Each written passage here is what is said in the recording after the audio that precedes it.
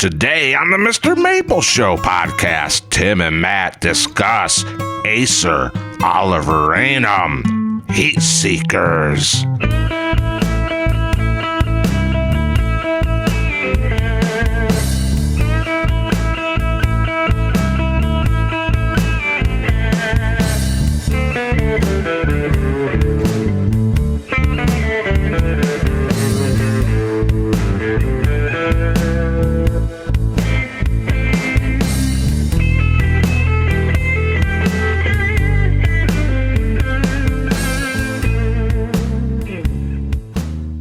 Konnichiwa, y'all, and welcome to the MrMaple Show.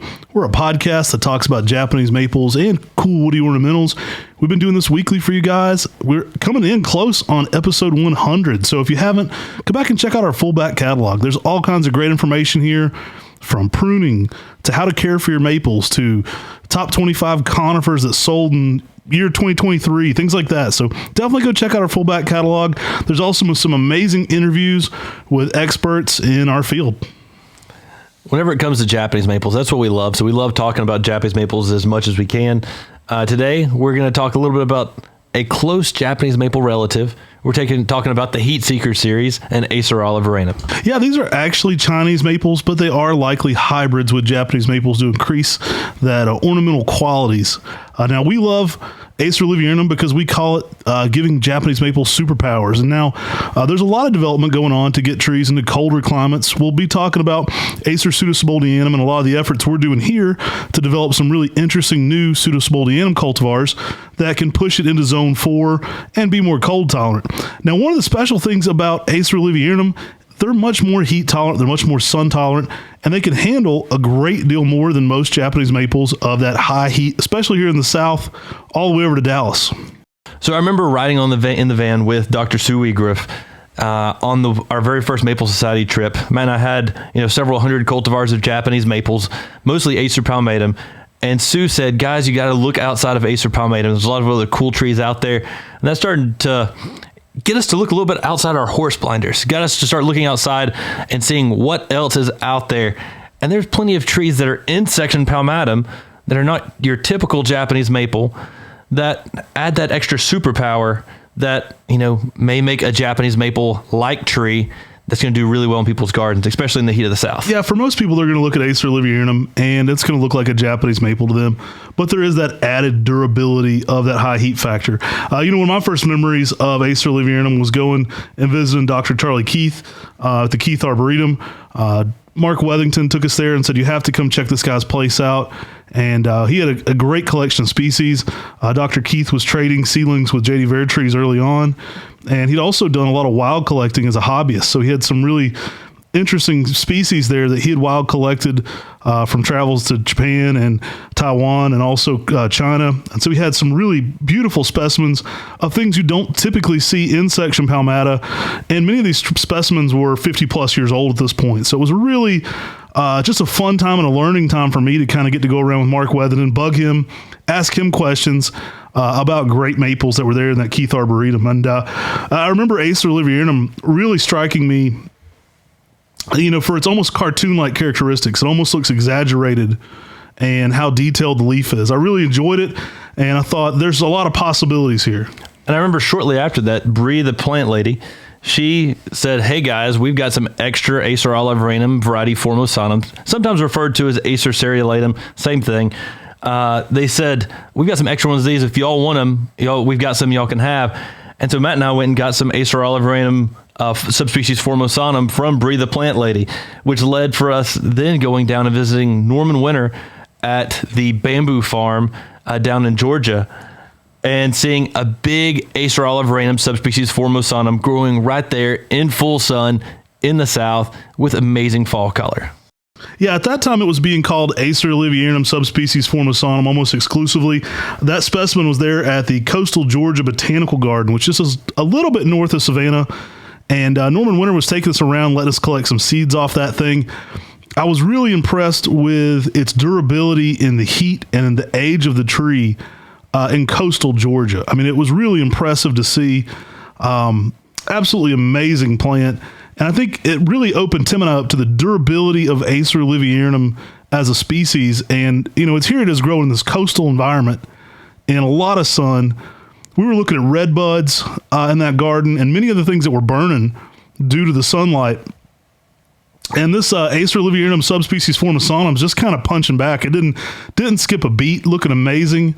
And, really kind of just open our mind up to the possibilities. Now, most people are considering that species the same as Acer cerulatum now. That's kind of the preferred nomenclature for that one, which is interesting. There are several things, even in Esveld's DM Van Gelderen originally did the Maples of the World. He has those two listed completely separate. So I don't know. You never know with dendrologists. He actually has other things as synonymous with cerulatum, even though that seems to be the preferred nomenclature these days.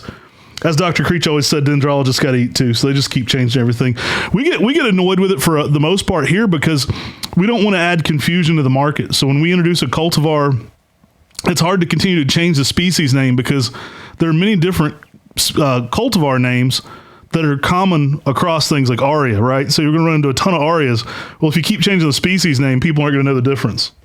Yeah, I mean, it just adds to a lot of confusion.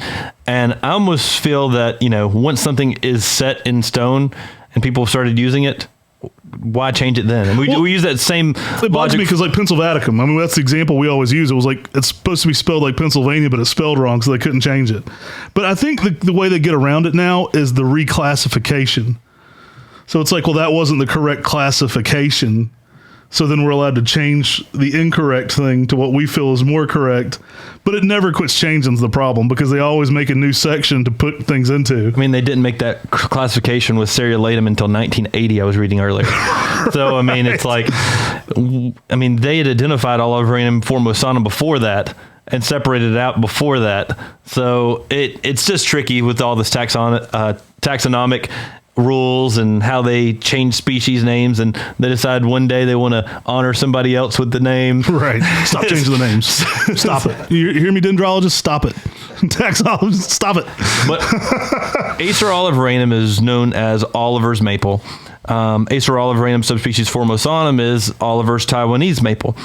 That is probably one of the more common subspecies that Acer seriolatum that you see in the trade. It's a fast grower, can handle the heat, and typically gives some good orange fall color in the fall. For me, it takes a beating. And, I started falling in love with Acer oliverianum when I started getting experience with this tree. I remember years ago, we'd collected Acer oliverianum from the Keith Arboretum, and we had some that had already grown to 10 gallons, and landscapers from Texas were actually driving up here, picking up 10 gallons and driving them back to Texas because of how well Acer oliverianum performed in the heat of Texas. And that said something to me. And I started thinking, man, this plant really has got some cool superpowers. And people have said that this tree has really performed well for them in settings of high heat that I could only imagine here in Western North Carolina. We're getting a little bit of it today. So welcome to Texas today. I think we're 94. We're getting a full dose right now. So it's a good time to be talking about the heat seekers, guys. So Tim and I, we've started to develop a series here at Mr. Maple. It's our first series we ever did here. And it's based around this idea of giving Japanese maples superpowers and adding more heat tolerant qualities to things that are essentially Japanese maples. So it's a project Tim and I have been doing for over 15 years. We picked just the best things, and we've added things to our Heat Seekers collection that were other people's intros that gave us exclusive permission to put them into the trade. So we'll talk a little bit about that. There's only 5 current members of the Heat Seekers series. Now, there's not many Acer oliverianum cultivars. Now, Tim and I speculate that Mystic Jewel, which is a PBR coming out of Holland, may actually have more Acer oliverianum influence on it than most people think. So that's the only other thing I could think of that might actually be an Acer oliverianum cultivar. They listed as Palmatum X. I think that's because people know Acer palmatum. It makes sense if you're trying to market and patent a plant. Put palmatum on it because most people don't know what Acer oliverianum is unless you're one of our maple mafia who have been following the Heat Seeker series for years. Yeah, we speculate that possibly, even though he said it's a seedling from Amber Ghost, that green tea may have a little bit of Acer oliverianum influence on it, possibly just in some of the new growth flushes. But again, who knows? That's super speculative, and there's no testing done. So there's no other known distinctive cultivars of Acer oliverianum. So we're kind of groundbreaking here a little bit in that you don't see this being worked on. And I think it's equally as important as the cold stuff that's being developed. I mean, I think a lot of companies are out there trying to develop cold tolerant plants. There's a lot of places that are pretty hot now too, right? I mean, everywhere seems to be getting warmer. People are really fired up about Japanese maples in Texas. And one of the best things about this Heat Seeker series is something we can provide that just pushes zones. They're still going to be up to zone 9, but they're able to do so much more in that high heat aspect and even fast growing and shading out over some of the other plants. I guess we should start out by where this all started. Where cultivar, started this Heat Seeker series. And it came from the Keith Arboretum. Matt and I were going around collecting lots of seed. And we asked Charlie Keith, we said, hey, can we collect some on your Acer oliverianum? And he said, sure. It's never come up, though. That was the story. He said, you're welcome to collect it, but never in my 30 years of collecting seed have I had a seedling germinate from that Acer oliverianum. And Tim and I are gluttons for punishment, so we said, well, let us try. And so we don't mind wasting some time. All right, we'll waste all our time. You let us try. So, I like what Corbin said, too. Talon quoted him morning. He said that every seedling is a lottery ticket, right? So you never know what you're going to get. Well, in this particular set, we had a litany of Acer oliverianum seedlings with yellow characteristics. These went into development. We kind of picked through these for our favorite characteristics. And you probably know where the story's going because the tree's getting very popular now. See it pretty much everywhere out there. I remember when Matt was walking through the greenhouse and he came to me and said, hey, Tim, this is looking more yellow here in the cold frame.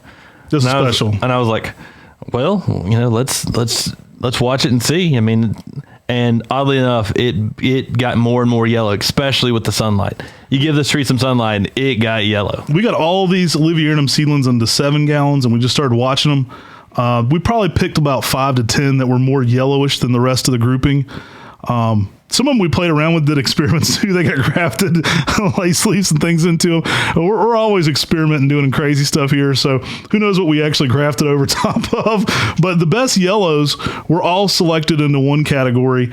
And then one had to win. And there was a distinctive winner. I mean, the winner was like hands down the most yellow. It was the only one that was glowing. And that's what became Hot Blonde. Yeah, and Hot Blonde, we released this through very first time through an open house release. So we have these big open houses, typically on Memorial Day. We typically do one on Labor Day as well. And, we've got tons of maple fanatics coming. And sometimes we'll do a release of a plant for the very first time during one of those open houses. And that's what we did with Hot Blonde. It was one of the very, very first drops of a cultivar that we'd introduced at one of our open houses. Shout out to anybody who was here in like 2014. Because I think we dropped Kristen Star and Hot Blonde for the first time at that open house. So if you guys have been following us that long, we try to drop some heaters at our open houses. I know a judge down in Bishopville, South Carolina, got a Hot Blonde then, and he's growing it in Bishopville, South Carolina in full sun, and that thing's taking a beating and doing phenomenal. It just grows it grows super vigorously for him and handles the sun without skipping a beat and just having some gorgeous, gorgeous yellow color. I know another lady that bought one, and that was probably a little since then. That was about 5 years ago because my 7-year-old daughter and her 7-year-old daughter, who were 2 at the time, were jumping in mud puddles together. And she's growing Hot Blonde basically near the Battery in Charleston, very high heat area. And her tree is actually bigger than the original now. It's grown quite a bit because it loves that heat, and it's soaking it up and really growing like a weed. Now, Hot Blonde is one of those plants that when we did our trip to Texas, we did a trip down to Texas where we visited the Dallas Arboretum and Botanical Gardens. And we also went around all the way to the Dallas-Fort Worth area, met with people, did some drop-offs, and went and grabbed some barbecue with a bunch of customers. And they could not quit talking about how good Hot Blonde was doing for them in full sun in Texas. Yeah, talk to real Texans. I mean, if you want to hear the proofs in the pudding, we're not just microwaving these things to test them. We're not just putting them in hot greenhouses in Western North Carolina. These are in the ground, in Dallas. These are in the ground, in Georgia in full sun. These are in the ground in Alabama, outperforming other plants. So there's a way to test these things. There's a way to know which are the most heat tolerant.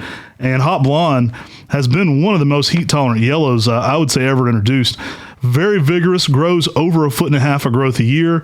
Impeccable on the growth rate and structure. It's almost cartoonish in its growth rate because it puts on a high growth rate, but it fills out to almost a street tree uniform shape. It's very uniform in its overall characteristic. And then the fall color is impeccable. We listed this as our favorite fall color. Spoiler alert if you hadn't seen the podcast on favorite fall color.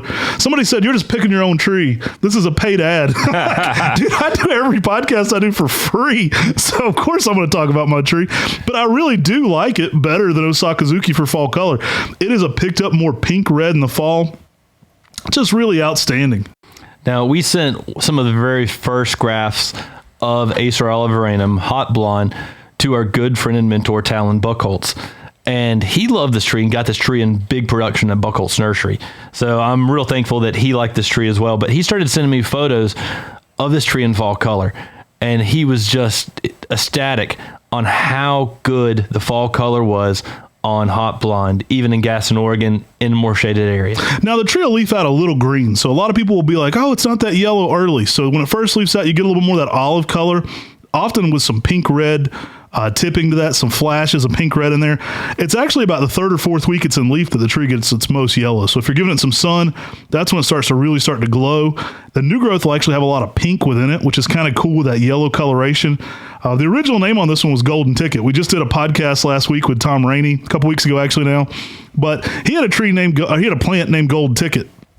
And so he said, hey guys, if you're going to release that one, would you use a different name? I already have a plant. It's not a maple, but it already has a similar name to that. And I said it was meant to be. So we went back to the original name. I chickened out on it. It was Hot Blonde. I said, we're going to get canceled. Everybody's loved it, by the way. I did name this tree for my wife, Amy. So we got the Hot Blonde name in there. I like to name trees after people without putting their specific name on it. And this was one we named for Amy. It's super durable. It's an amazing grower. Probably our best introduction we'll ever do. And I didn't patent anything, but I had a lot of interest in people patenting this plant. A lot of interest from Europe, a lot of interest in North America. I had a lot of producers here in North America who told me, like, you should think about patenting this. I would pay royalties to grow this plant. Yeah, and hot blonde's got a lot of interesting characteristics. While it's extremely heat tolerant, it may be one of the only current members of the Heat Seeker series that is not an Acer oliverianum X palmatum. It may, in fact, be an Acer oliverianum X Cesalpifolium. And this is speculation, but at the Keith Arboretum, the only yellow cultivar of a maple that he had at the Keith Arboretum was Acer Cesalpifolium aureum. Now, not only does Acer Cesalpifolium aureum leaf out with yellow with a little bit of a red border, it also leaves out much later, typically 2 to 3 weeks later than many of the palmatums. That is also the characteristics we see with Acer oliverianum hot blonde, which none of the other heat seekers do this like hot blonde does. Hot blonde is typically later to leaf out than Emperor One and Tamukiyama, which is saying a lot. Those are some of the very last trees to leaf out in the spring, and you've heard us sing their praises because they're very frost resistant for that reason. So they make excellent trees for places like Western North Carolina because the frost is going to be 2 to 3 weeks more protection before they're in leaf. Really unheard of with Acer oliverianum, which is normally 2 to 3 weeks earlier than palmatum. So really a great characteristic to be added in there with hot blonde. And that kind of kicked off the Heat Seeker series. We use the term hot in that one. A little bit gimmicky, but we like it. We like that, where it's on the nose. We want you to know these are heat seekers. These are trees that are selected for their durability, their heat there. And so sticking with that hot mantra, we kind of come up with other trees around that are also very heat tolerant, hot trees. And you'll notice that these Acer oliverianum selections tend to actually do better and grow more vigorously in the sun than they do in a more shaded situation. We've got one planted right across the street from Matt's original hot blonde, and his is in full sun, and the one in the shade, it's a very beautiful tree, but it's much slower growing in the shade than it is in the sun. And it's crazy how much more vigorously growing these heat seekers are, these Acer oliverianums are, when you give them some sunlight. People were joking with us that we were going to get canceled because I think at the time we had Hot Blonde and Gold Digger some of our introductions. So we did get some jokes made about it, but nobody really took it negatively. Again, I named it for my wife, so it was kind of a fun thing, and it's genderless, so you can have a hot blonde dude or whoever you want in your family that's hot blonde. But I know the old men love to make the jokes with it. Every open house we're here, and they're like, "Told my wife I was out checking out those 2 hot blondes." So there's endless old man jokes to be made with it, which we're akin to some dad jokes here at MrMaple, so that's something we'll break out from time to time. But the endless dad joke possibilities are always there with hot blonde. Now, the next two actually came into the Heat Seeker series at the same time, but one was in the trade a little bit before, and we're talking about Hot Tamale. Yeah, Hot Tamale, Acer oliverianum Hot Tamale, was originally Nakahara Benny B. You'll see it sometimes floating around the U.S. just as Nakahara. I've seen it in Europe as just Nakahara. Talking with Yano-san, he said that is a distinction that should not be cultivar worthy. So the tree is cultivar worthy, but the name is not. Nakahara B is a placeholder. I don't want it to go out under that name.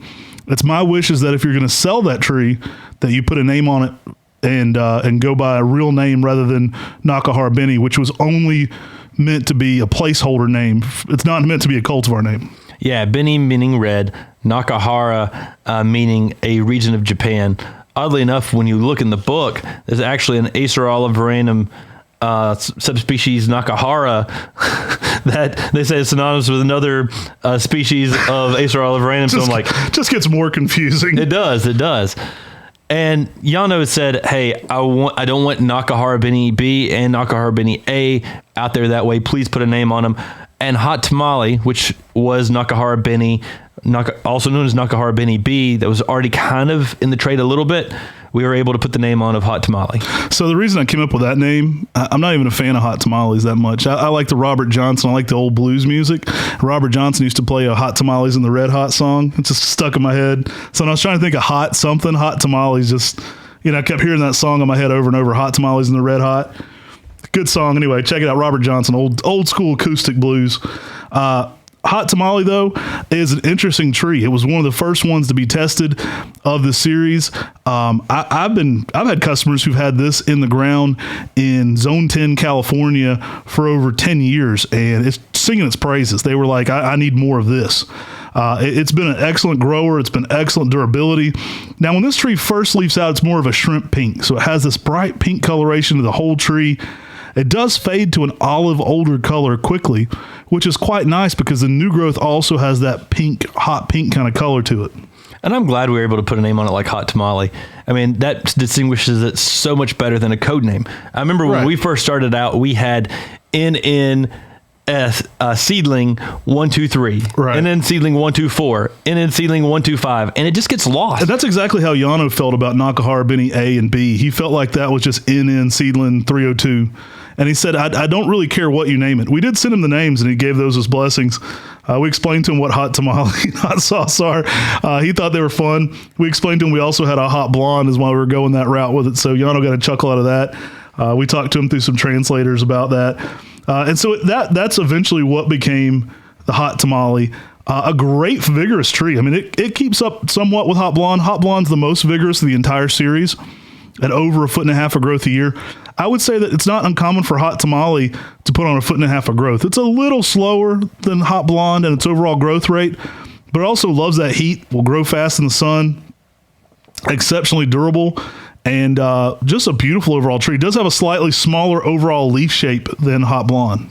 I was just out at the Buchholz farm and seeing the new growth of Hot Tamale out at the Buchholz farm, just really giving some of that shrimp pink. It's bouquet-like. Yeah, it's gorgeous. And Hot Tamale it's just as heat tolerant as Hot Blonde, and it may even edge it out a little bit on its heat tolerance. And the only reason I say this is because I've had customers in Texas growing this in full sun, but not only in full sun, but in concrete planters in full sun in Texas. And that just seems unheard of to me. That seems crazy, but I have customers that have done that with Hot Tamale. Now, full disclosure, these are grafted onto Acer palmatum. So these are grafted onto palmatum root systems, making them as closely, in many ways related to palmatum as something like Japonicum and Cesalpifolium we traditionally think about being grafted onto palmatum. All the series is grafted on the palmatum as well, and they take a licking and keep on ticking for sure. Hot Tamale, though, has been probably the second most popular version of the series after the Hot Blonde. Hot Blonde, everybody's selling that one now. You can't find a nursery that doesn't grow in Hot Blonde. I went to Canada, and we were, 500 miles into Canada in the middle of nowhere to turn a corner, and here's a whole bunch of Hot Blondes. I took a picture, sent it to my wife, Amy, and was like, hey, your tree's in Canada. Blew me away. Loved it. But that one's getting popular all over the world. I've seen it in France. I've seen it in Taiwan. You'll see Hot Blonde a little bit everywhere. Hot Tamale, probably number 2 as far as overall sales and popularity. And it's one we're always working to bring back in bigger numbers. Yeah, and Hot Tamale gets out there and grows fast. and it gives you some really good fall colors. I have noticed some difference in fall colors of this tree being in the shade versus being in the sun. Augustan Coelho vera has grown hot tamale in a more shaded situation, definitely got some more yellow colors.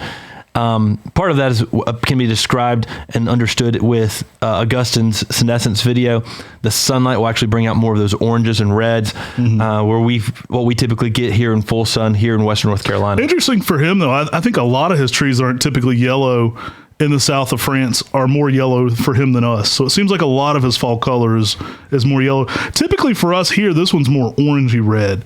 So it's more bright oranges to bold red, which is, I think, more common. Yeah, and Hot Tamale, one of my favorite members of the Heat Seeker series. Hot Blonde's number one, of course, but Hot Tamale comes in a close second for me because it is such a beautiful tree. It's bulletproof in the heat, and it grows so well, making a gorgeous tree in the garden. We'll keep this going. We just mentioned that Yano-san, he had Nakahara Beni B, which became Hot Tamale. Well, Nakahara Beni A, the other distinction, became Hot Sauce. So I traveled to visit Yano-san to find this plant. We had Nakahara Beni B long before we had A.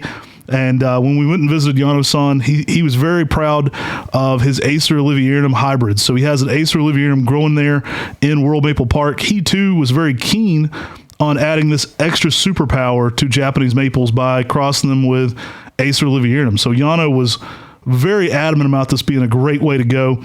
That meeting with him has been over 7 years ago now, and we talked to him about our Hot Blonde, and he was very excited about the possibilities there.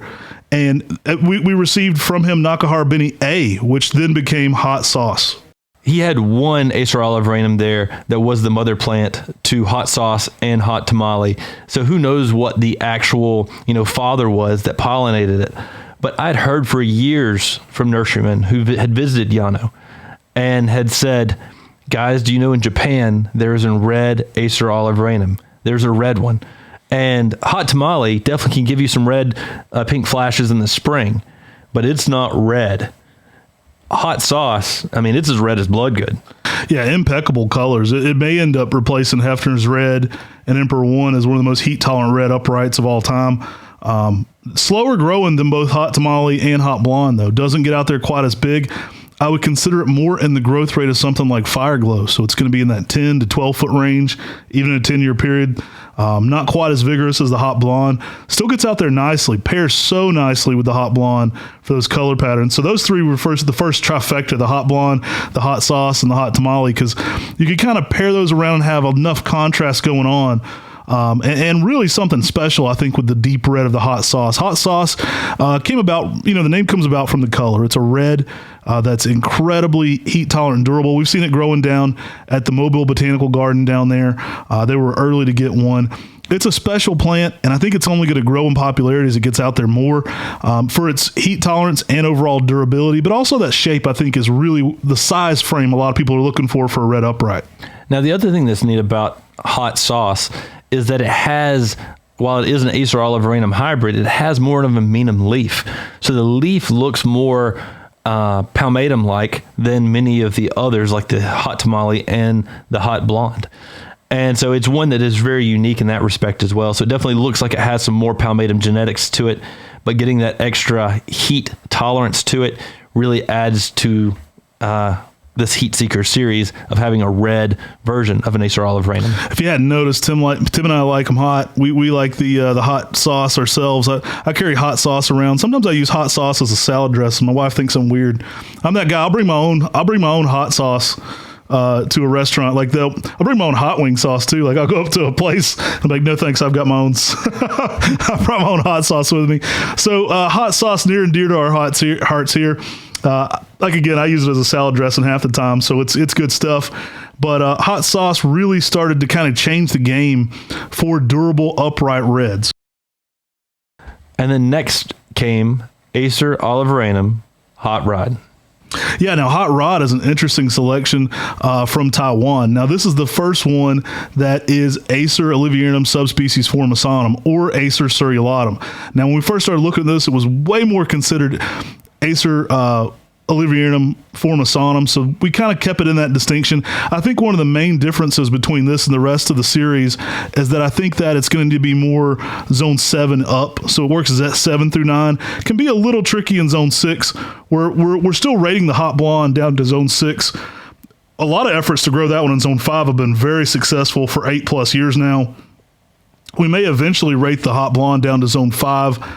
We want to do a little bit more testing on that one, where I do think the hot rod might not quite be as cold tolerant as some of the others. Yeah, and this one is a selection that did originate in Taiwan, and it had yellow bark. And when we first were able to actually get a hold of hot rod, it said basically golden stem. Mm-hmm. And we were like, this is pretty awesome. And so eventually we put the name Hot Rod on it, introduced it into the trade as part of the Heat Seeker series. And the oliverianum formosanums are amazing. But then when you take an oliverianum formosanum and add yellow bark to it, it just takes and gives you a winter interest in this Heat Seeker series. Now we're growing this one at the Buckholz farm now. It's zone 8 out there. We've started getting some of these out. Our staff out there send me pictures of this. Joel was texting us photos of this thing in the spring. Not only is it a yellow bark, but it can leaf out like blood red. Like it can leaf out with a crazy red foliage. Now it doesn't keep that for long, and it is conditional to each season. It's not always that red, but I've had times where this is truly a yellow bark tree with red foliage, and I think people just freak out when they see that photo because it's so next level. Not uncommon for this one to be a little bit more of that malting maroon color in the early spring that you think of with Acer oliverianum subspecies formosanum, a darker, more of a dark olive color even later into the season. Really showy. Does lose that red early. It doesn't keep that long into the season. But man, when you get some pics of a red foliage, golden stemmed maple, like it's insane, y'all. I know that Josh McLeod won this at the game show we had it at one of our open houses. He was holding on to that thing like it was a football. He was not dropping that. And while he did not win the game show, I think he definitely thought he won because he got a cool tree that's going to do real well for him down in Texas. And it's an awesome plant. I think it's going to be a game changer for Texas. I mean, guys that want a heat tolerant yellow bark tree, but it's got to have great drainage, but it's going to grow like a weed. Excellent plant, intense winter interest. So, I mean, put this out in Alabama and Louisiana and, this is Georgia. This is going to be a tree that's going to have great bark interest all year. So you're going to get 4 seasons of interest out of this thing. The heat tolerance is an extra added element for fall color. And one of the reasons that's so important is because you get good fall color when the foliage still looks good. Your tree's not burned up.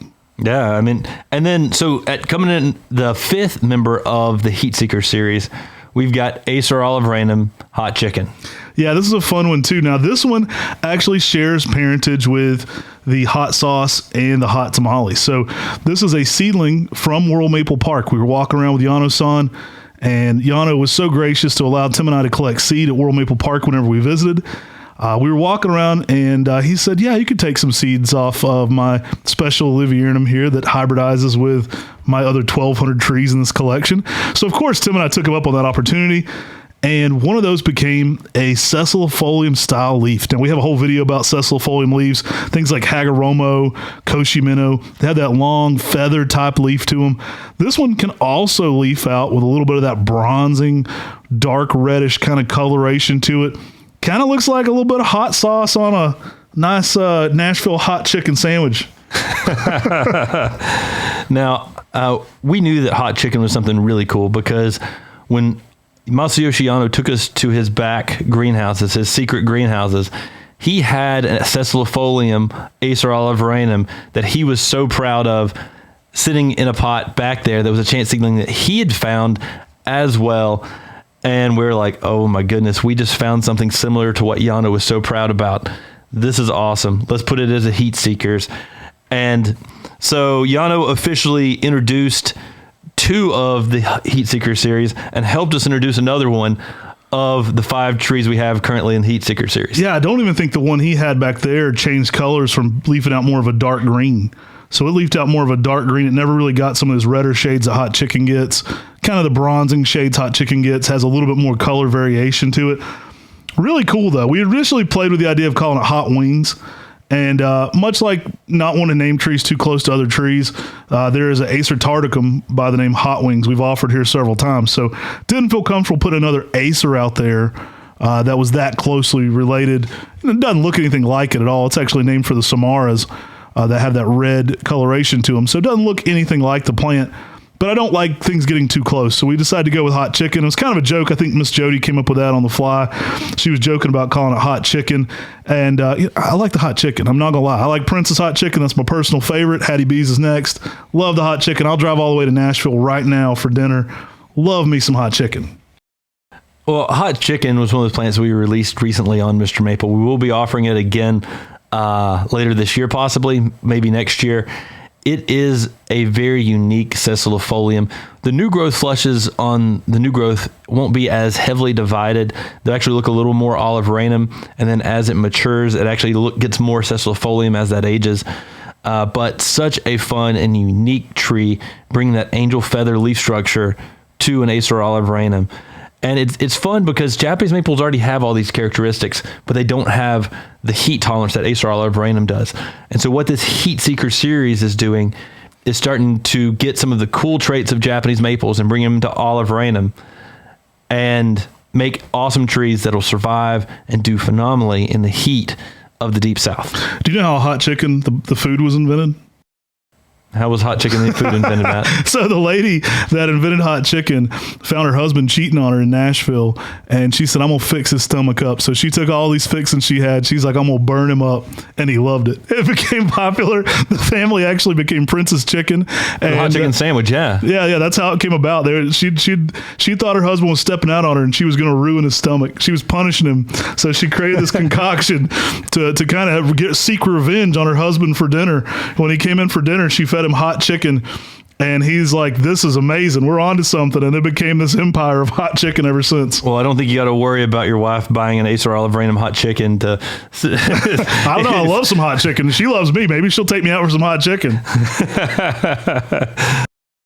Guys, that was our Heat Seeker series here at Mr. Maple. Acer oliverianum, there's going to be more of these to come in the future, hopefully. And the world of acer oliverianum is at our fingertips. It's pushing zones for many people growing Japanese maples. And not only just pushing zones, but pushing trees more into the sun, which is very intriguing for many people in the Deep South. We love them. We can't get enough of them. Again, we're adding superpowers to what most people look at as a Japanese maple. When the next level leaf shape came out with that Cesalpifolium, we had to get that one in there. Maybe the future will hold lace leaves. Maybe the future will hold more weeping styles like Rayusen. Who knows? There's a lot of possibilities that we're working on here at Mr. Maple. We're always trying to develop new and interesting things. And I think Acer oliverianum is where it's at. I don't think a lot of people have caught on to it yet. It's kind of our thing right now. I don't even know if the customers caught on to it enough yet. Certainly Hot Blonde has hit the market. And I think as the rest of these get out there, people are going to find out the special powers they have. We appreciate y'all jumping in today. Make sure you're subscribed to us on your favorite podcast platform. Guys, we're everywhere. We're also on YouTube. So there will be a video component to this video as well, popping up on YouTube. You can check that out as well. Take care. God bless. Have a great day. Get you some hot chicken.